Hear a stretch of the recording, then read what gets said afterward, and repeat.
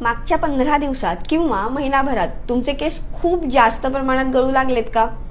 यामागचं कारण तुम्हाला माहितीये का? जर माहित नसेल तर हे नक्की बघा. हा जो काही हेअरफॉल होतोय हा सीझनल चेंजमुळे होतोय. आयुर्वेदानुसार या काळात म्हणजेच पावसाळ्यात किंवा वर्षा ऋतूमध्ये वातदोष अधिक प्रमाणात वाढलेला असतो. तसेच हवेतील ह्युमिडिटी किंवा ओला होणारा स्कॅल्प या सगळ्यांमुळे आपल्या केसांची मुळं थोडीशी कमजोर होतात आणि त्यामुळे हेअरफॉल होऊ लागतो. मग यावर काही उपाय करता येतो का? तर नक्कीच येतो. तो म्हणजे तुमच्या हेअर केअरमध्ये काही चेंजेस करणं. सर्वात महत्त्वाचं, पावसात भिजलात तर स्कॅल्प पूर्णपणे कोरडा करा. तसेच ओले केस बांधून ठेवू नका. स्कॅल्पवर घाम किंवा डस्ट बसू देऊ नका. याकरता माइल्ड क्लिन्झर म्हणजे शिकेकाई, रिठा अशाचा वापर करा. शक्यतो हार्श शॅम्पू वापरू नका.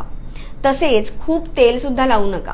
पण तुमच्या प्रकृतीनुसार योग्य प्रमाणात तेल लावणं हे पण महत्त्वाचं आहे.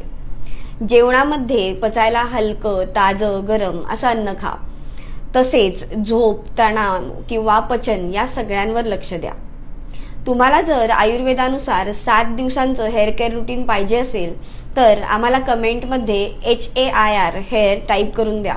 म्हणजे आम्ही तुम्हाला ते PDF द्वारे पाठवू शकू. धन्यवाद.